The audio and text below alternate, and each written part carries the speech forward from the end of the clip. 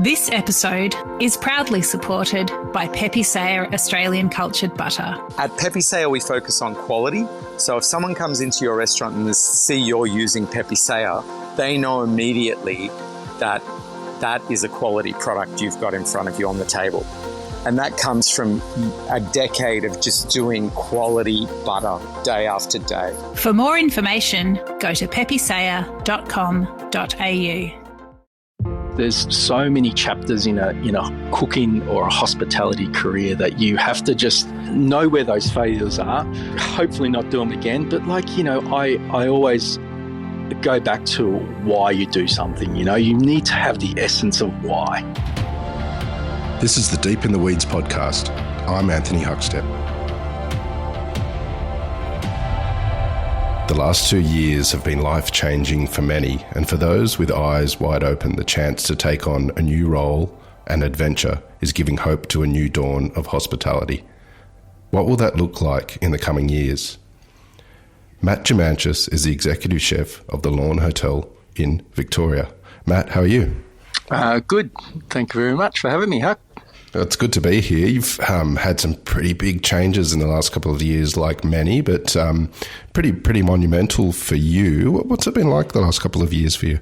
Really interesting. I have probably been a bit more fortunate than a few out there. I had a business that was more focused on a takeaway trade and retail. So that really kept me busy over the last 2 years and sort of led me on to other things and other adventures as well and challenges.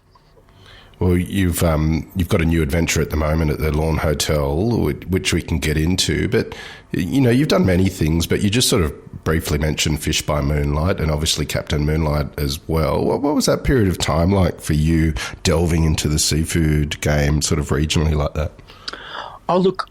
We found it, both my partner Gemma and I found it, super exciting. She had family in the area, and we used to come here most weekends, and we really asked ourselves, where could we improve and bring what we can or what we know to the area and enjoy that part of community spirit. Being by the coast, there's, what we work with is a sense of place, and, there was probably a little bit of a lack of a seafood focus, I suppose, and the accessibility of really good sort of Victorian seafood. And we really wanted to sort of highlight that, and especially Fish by Moonlight, we wanted to be sort of market leaders, and we asked the question ourselves, why? Why do we want to do it? And the question, and that for us, it was like people were asking us every day, where can we get seafood? We're coming down here. We want to stay for a few days. I want to buy some fresh seafood. I want to eat some, and we really thought there was a good hole in the market for something like that. And it wasn't driven by financial gain or anything like that. It was about how can we create an experience for people to come down here and enjoy not only one day or an afternoon, but a few days, and sit here and really capture the beauty of the place on the surf coast, Well, you tapped into some of Victoria's stunning seafood. What were some of the sort of highlights for you in regards to seafood that you got to champion? Look, for me, by far, and I call it the Rolls Royce of flatheads, is rock flathead. For me, that firstly is, it's the number one on my list. And then, you go, and unfortunate now, Port Phillip sardines, there's no commercial fishing in Port Phillip Bay anymore. So, little beautiful species like that, calamaris, local calamari, we used to get scallops, and then everything from Lakes Entrance, from bugs to King George whitings, so all really, smaller fish, school fish, I really like to focus on that. And I had fun with little things, enjoyable sort of species that came into market every day. And I worked really closely with a few suppliers in the city, in the markets down there and down here, mainly in Apollo Bay and stuff like that. And it was a beautiful connection. And we forget that there's such a craft in seafood. We have apprentice butchers and we really focus on those little things, but there is no such thing in the seafood world. And, we have so many species that need to be appreciated and understood, and we just don't have that focus on a government level towards the seafood industry. I believe it needs a bit of attention, to be fair. You made quite an impact with Fish by Moonlight and Captain Moonlight. Was that hard to let go of? Personally, for me, I tend not to have an emotional connection so much these days, Huck. I love the process and I love being part of it, and I love the growth and the enjoyment people get out of it. But I also love the challenges and the uncomfortable challenges that I put myself into for future as well. We all have to, I'm quite a driven personality, and I love those challenges and putting myself in the positions where, I have to get the best out of myself, and I loved the chapter of Captain Moonlight and and that impact it did, and Fish by Moonlight as well. But I also love what I have now and what I've created and what the future holds, and it's pretty important, I think, from a hospitality perspective, Huck, because we all go through quite a lot of failures in life, and that's related to hospitality as well, and to not only accept them and understand what those failures are, but how to, we all look at how can we improve on it and all the rest of it, but to understand that and to move on it and to, to not reinvent, but, just have a better connection and an understanding of how you can, be.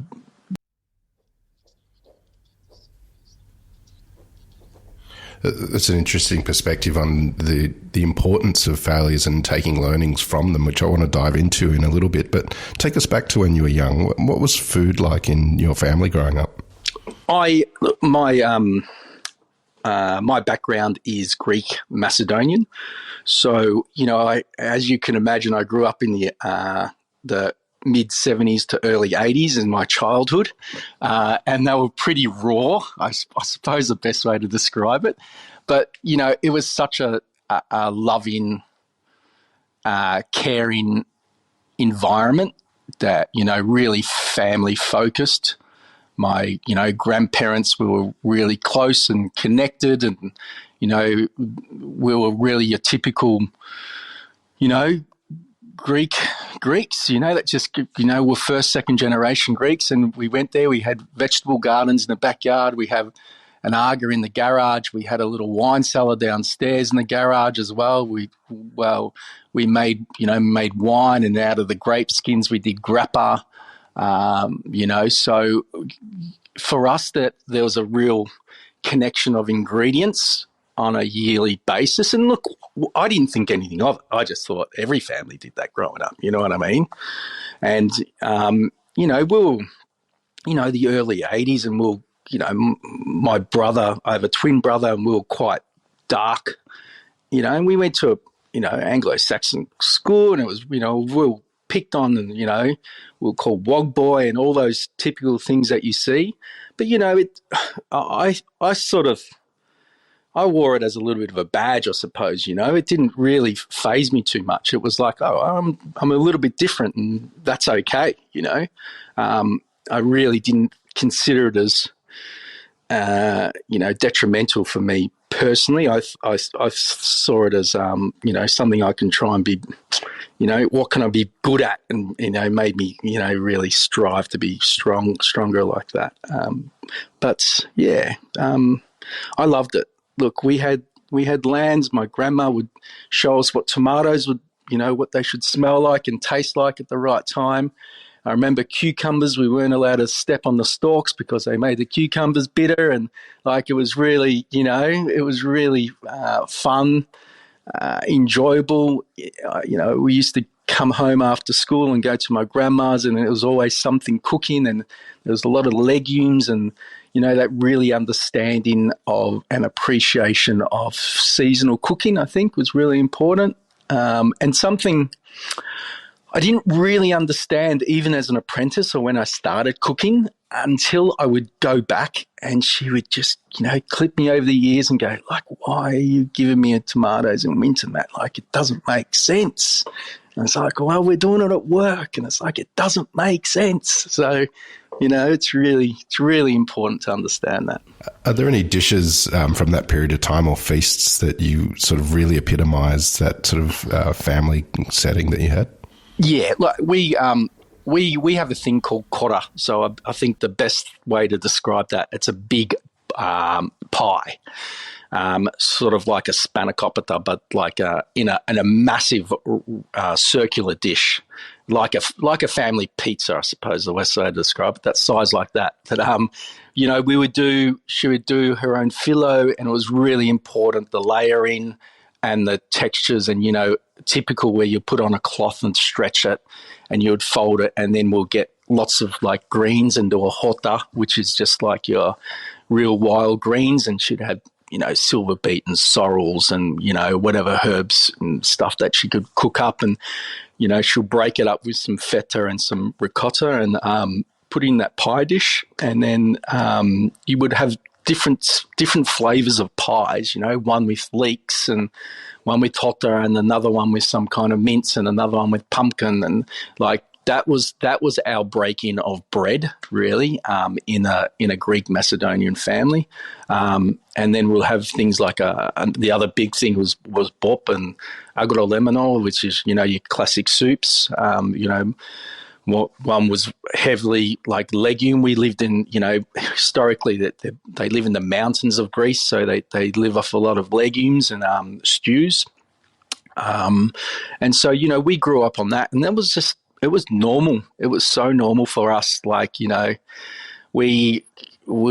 don't think I saw a packet of, like a TV food or anything like that in my whole upbringing, which is, something you really take for granted, I suppose, later in life. You really understood what those roots were, as a child, and how that really connected me now later in life, and how even now I cook every night at home with my partner and I, and it's just super simple, but it's still lovely and enjoyable. And to spend 20 minutes to half an hour with your partner next to each other on the cooking and in a kitchen, and having that connection is so important. That we tend to forget. It's something that you can work together. You can talk about the day, and like you can put your phone away, and you can put on some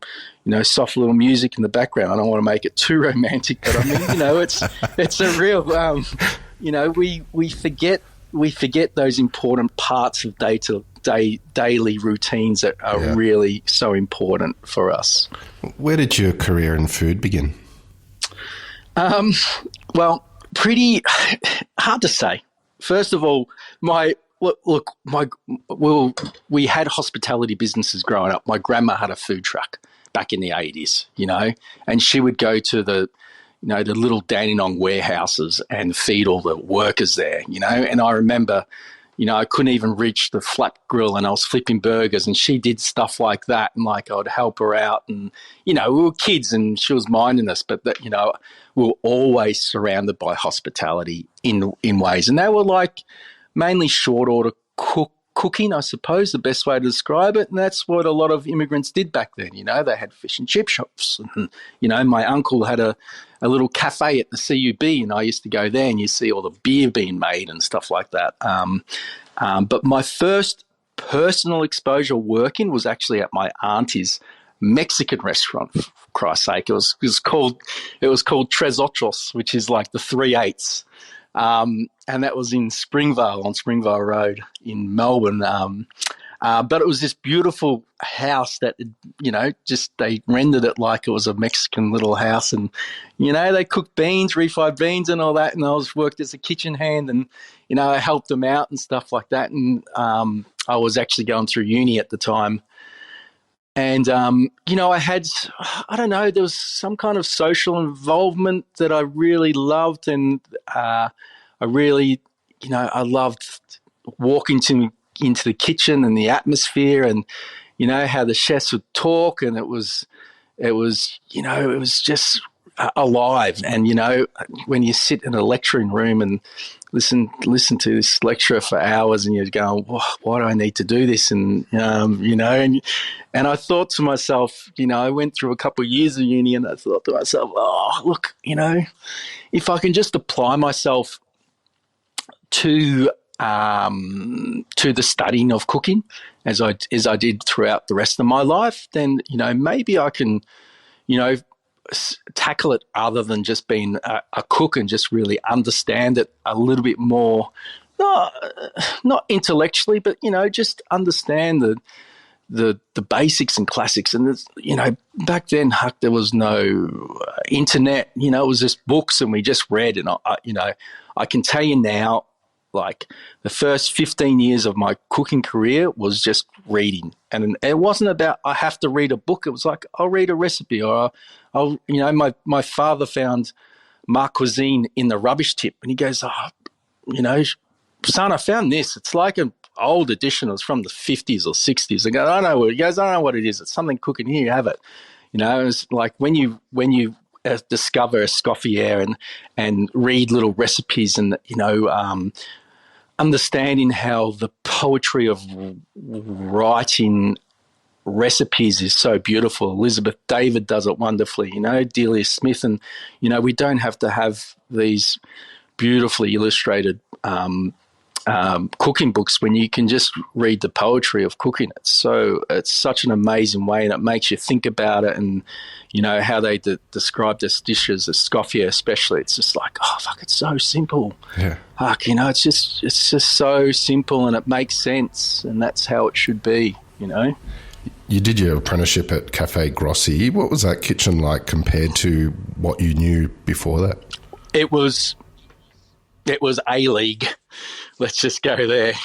It was like you were no longer in the reserves. You're in the top 18, the first. So, look, a real shock the first couple of weeks, but I loved it. Like the Grossi family, I owe my appreciation to cooking and my work ethic to them. Like, Guy and his father and his brother-in-law, Chris Rodriguez, was, they're instrumental to where I am today without a doubt. I go into every kitchen thinking what I did there. It was really special. We had a beautiful antipasti shelf in the middle of the restaurant. You can't do it these days because it's all governed by refrigerators and all the rest of it. But our job was to get all the scraps from the chef from the day before and make antipasti, It was 3 tiers and we had to do probably 20 antipastis. And it was like, what do we do with spinach stalks? And we had to do a frittata of some kind, or we had to pickle mushrooms or, so we really learned a beautiful basics and like that. And we had to make bread every morning. And then in the afternoons, we had to do the ice creams, or we had a carpigiani.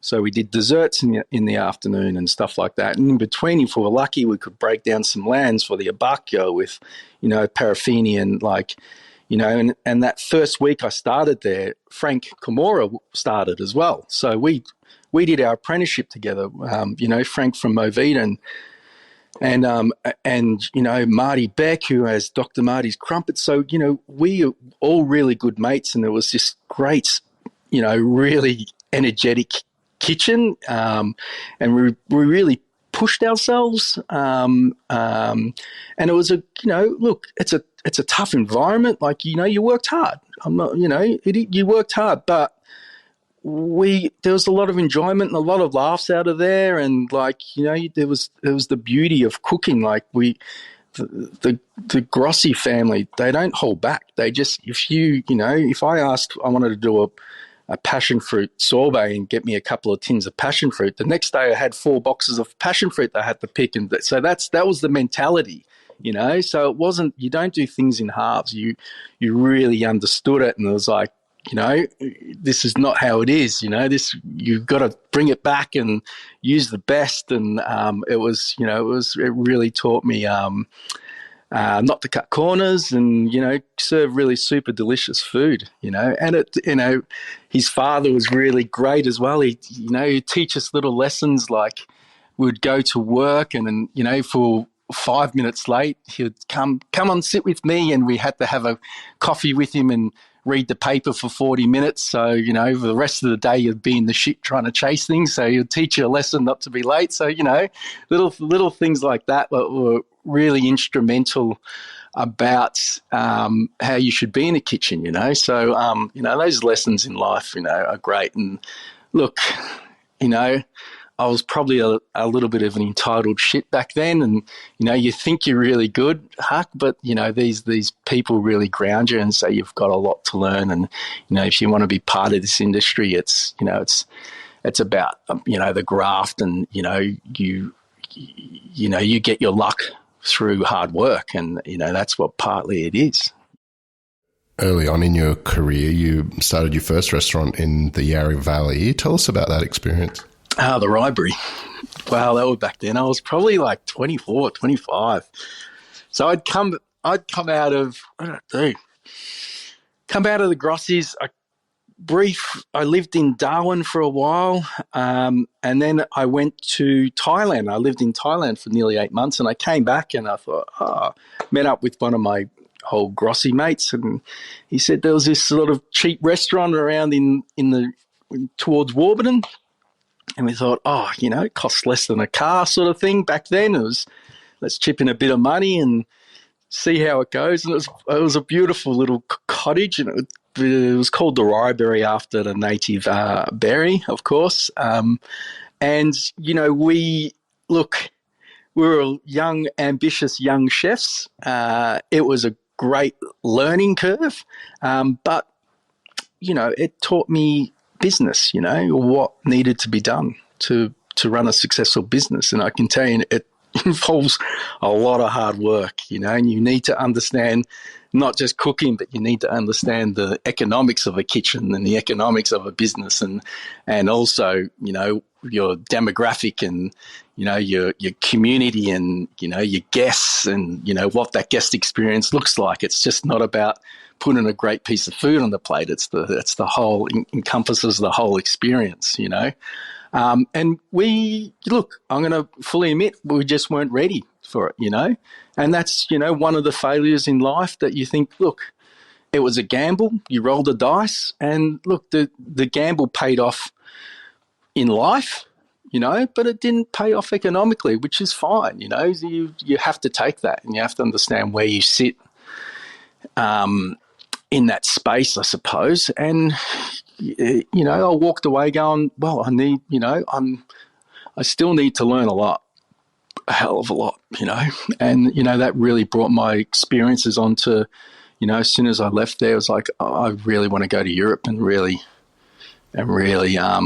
understand what it's about and be involved, Take us over to Europe, because you worked with amazing chefs like Heston Blumenthal and Rowley Lee as well. What was it like? Oh, look,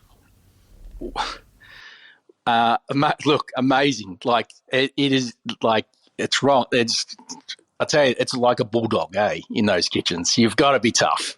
Like even back then in the 2000s, it was super tough. And I went over there and I knew nothing about Michelin stars. It was probably 2003 or 2 or something along there. I can't remember. And I knew nothing about it. I went to the newsagents in the UK. I opened up a book and I saw where the best restaurants were in the UK. And I just said, right, I'm going to try there. And I wanted to understand that experience, and I fell in the footsteps of the Fat Duck and more the Hind's Head, I worked there. I thought he just opened up the pub next door, and it was more fun there. We all love 3 stars. It's all great and it's really technical and interesting. But for me, I was probably one of the oldest chefs there, been nearly 30. I think I was 30, and it was really young brigade. And like, I just thought I could have more of an impact in that kitchen, and I did. I learned about historical cooking. I learned about techniques, and, it is everything that Heston is perceived on the TV is exactly what it's like there working with him. It's super highly technical, researched, lots of trials, but and really involved, but also environment that was super tough. Like if you weren't performing, there was another person knocking at the door. You know what I mean? So you really you worked hard. You worked super hard, 1 o'clock finishes, 7 o'clock starts. Like it was, that London style. And, I did that for a couple of years, and, I really loved it, and I got a lot out of it. But walking from there, I also knew that Europe and the UK had so much more to give, even more seasonally. I think when you're at a 3-star and those other ones are really a little bit paranoid about trying stuff and working just with feel of cooking. It's all really super technical and has to be straight down the line. And I wanted to experience more of what not only English cuisine and ingredients had, but seasonality and what's this beautiful produce from Europe coming in, and when I left working for Heston, I sat down with him and I said, I might try this star person here or that, and he turned and all that, I might try over there, and he goes, look, Matt, just go to work with someone with some intelligence, like cooking intelligence, and really get into that person's brain and understand what it was. And that led me to Rolly Lee, and like he changed my life in cooking dramatically. Like it was only 6 months, but it was the most impactful 6 months of my life, without a doubt. It was like working in an old Escoffier kitchen. It was awesome. We had rotisseries, we had 2 different types of partridges. We had grouse, we had cote de beef, we had ducks, we had English chickens, we had, everything. And this is all at once. Like it just came in. We had a butchery and a fish person downstairs in the cellar cooking and breaking down, barons of beef and, whole fish. And it would come up through the elevator to the kitchen upstairs, the service kitchen, and we'd be throwing it on the grills and cooking just like instinctively. And like Rolly would come and we'd be all like, we'll have all our mise en place done like during the morning, and Rolly would come and slap a menu at you at 11 o'clock, and we had 1 hour to get ready for our service. And it was just like really, it put you on your toes, and like, it was so enjoyable. Just understanding what those ingredients was, and he loved it and respected it, and he was so knowledgeable. He'd talk about the trifle for an hour and where it came from and how it was, and crystallized chrysanthemums on there, why it was there and how it came about, and it was some queen that did this, and it was so fascinating.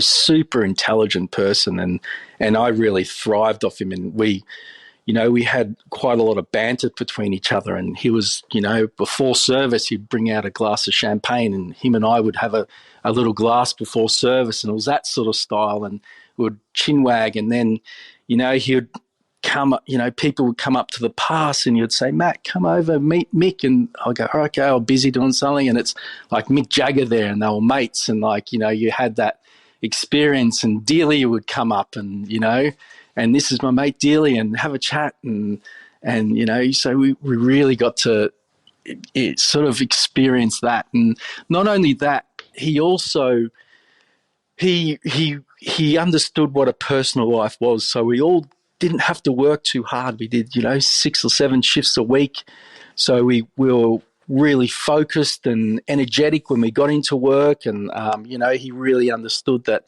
apart from work, everyone should have a good personal life and enjoy it outside of that. So I really got a lot out of that. I really did. And it it was so enjoyable to work there, so enjoyable.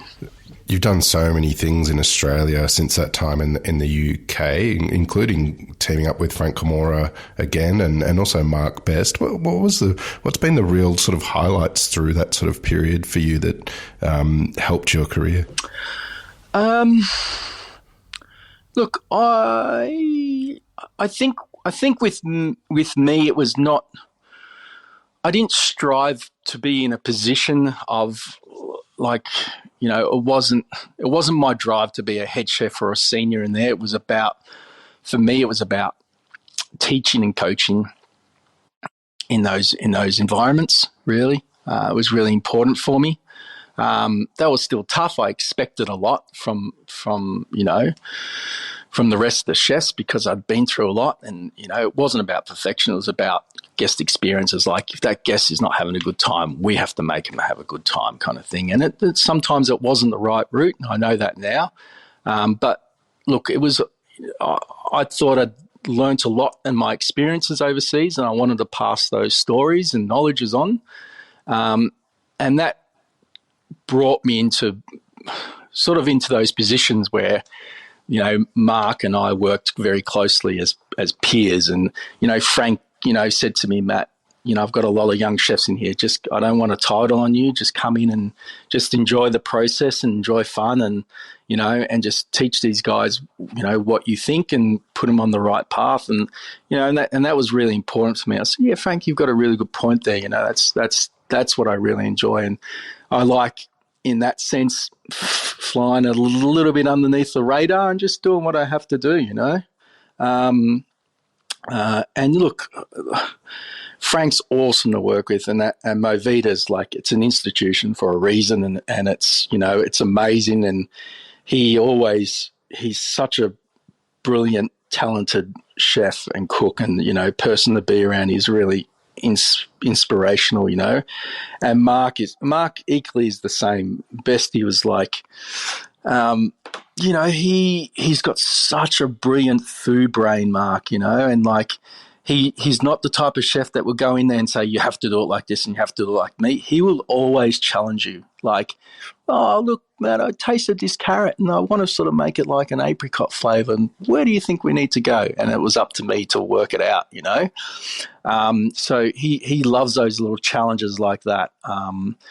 And, you know, I'm still really close with both of them. And like Mark is just, for me, you know, really epitomises what Australian cuisine is about, an Australian chef. And he's really, I think, just, he's not underestimated. He's brilliant for what he is because he knows so much as well. And I love being around people like that and their food brains. And, you know, again, we can sit down and chat for 2 hours and just be about food and those experiences and, you know, where it was and, you know, where we need to take food and what's this. And then I can walk away from that and go back into the kitchen and go, right, this is what we need to do. This is what our agenda is for the next few weeks. And, you know, how are we going to get there, you know? So that's what I love about working with them. And that's what I think made the difference moving on to, you know, why the success of Pay Modern was in terms of food and what led me into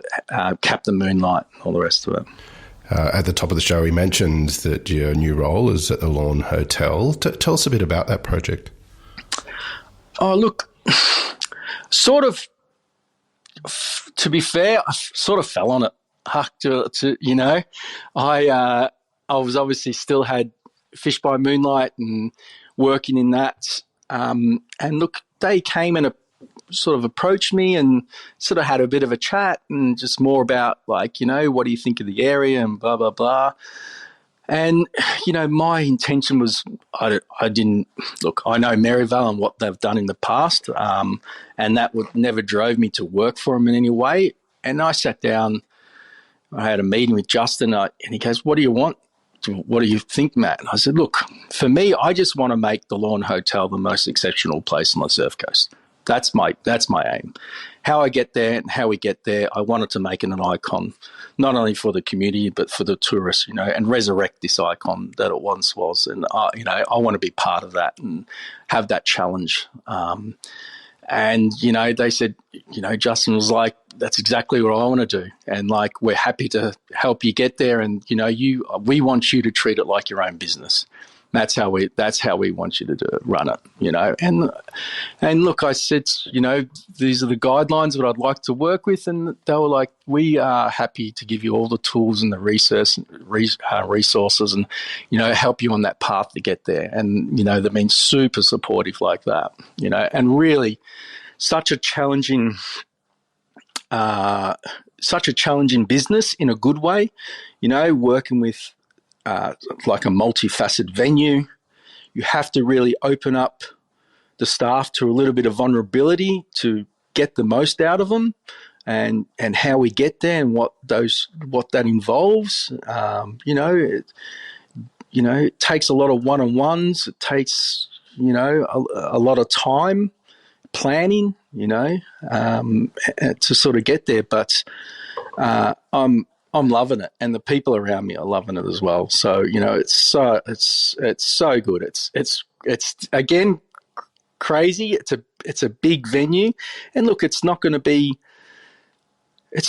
perfect. It's not, and that's what I love about it. It isn't perfect. It's dingy. It's old. Some things don't work, and you just go, all right, well, let's just try and make the most of it. What can we do? And that I love coming back to that innocence of hospitality, and that, for me, it's especially in the last few years about how that guest and that guest-centric, guest experiences, what's that involve and how do we get there? And all I want to do is try to improve it and make it that space that people love going to and did before, whether that be for listening to a good band or having a beer in the afternoon and watching the footy, or, having a nice feed. It's like that's what I want. I want it to be that icon on the surf coast. Give us a bit of a sense of the food offering there. What can people expect if they're going to eat there? Look, at the moment, really the middle floor is our bistro. It's real classical pub fare.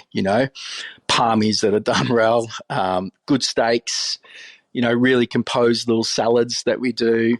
We work seasonally as well, so beetroots and local produce, goat curds, and bits and pieces like that. It's a higher volume, so you got to know your limitations in a way, but it's still proper. It's the best way to describe it. It's proper pub fare.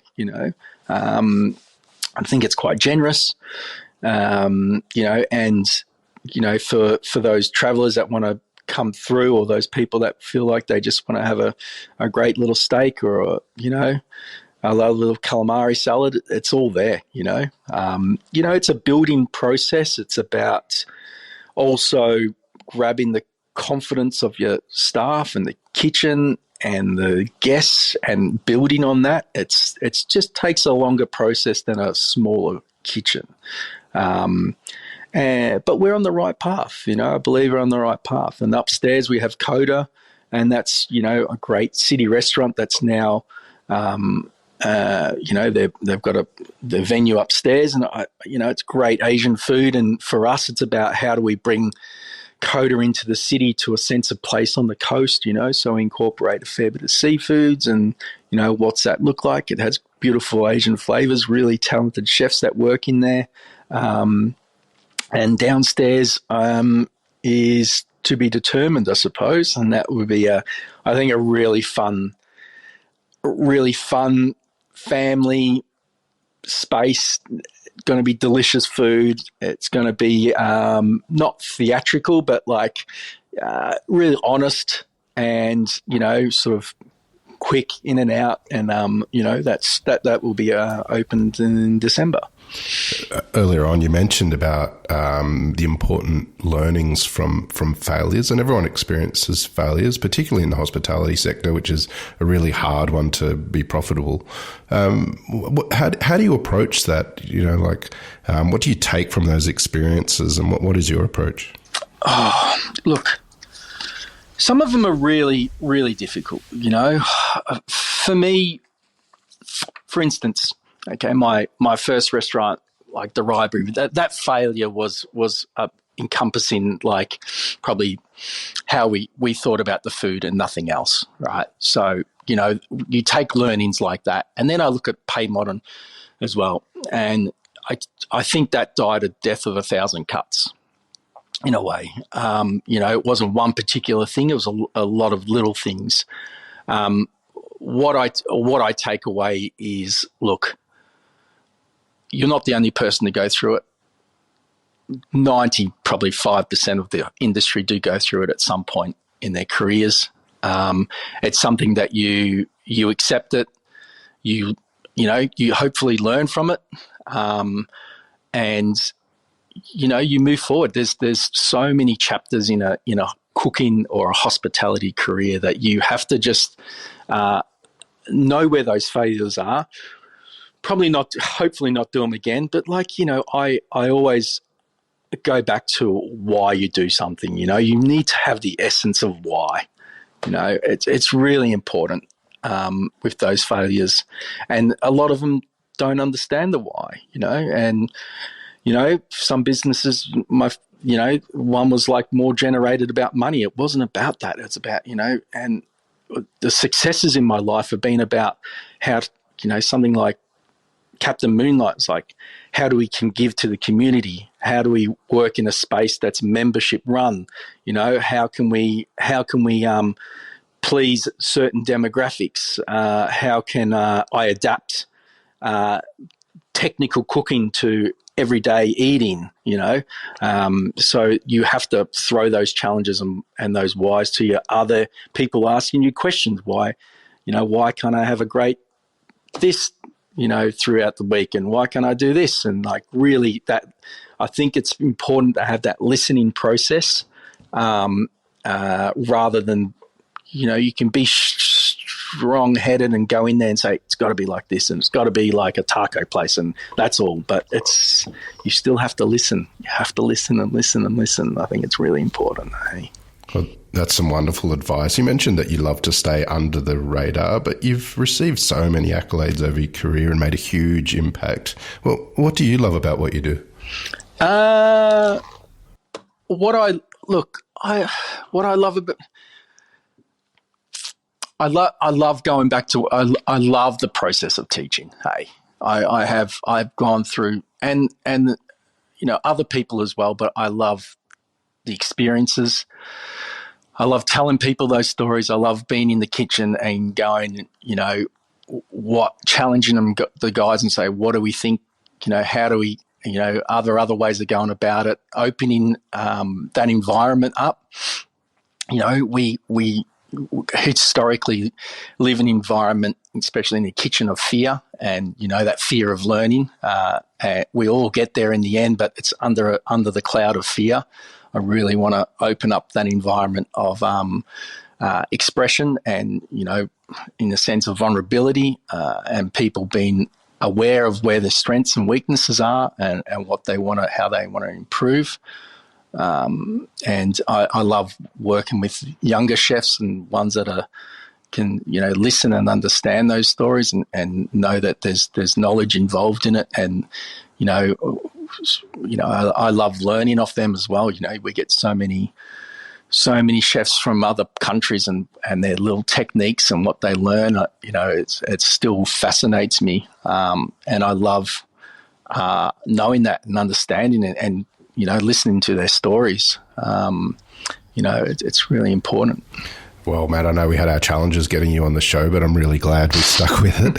And it's been an absolute honour and a wonderful chat. It's great to have you on the show. Please keep in touch and we'll catch up again soon. Thanks, Huck. I really appreciate it. Hey. This is the Deep in the Weeds podcast. I'm Anthony Huckstep. Stay tuned as we take a deep dive into the lives of the incredible people who ply their trade in the food and hospitality sector. Special thanks to executive producer Rob Locke for making this all happen. Follow us on Instagram at Deep in the Weeds Podcast, or email us at podcast@deepintheweeds.com.au. Stay safe and be well.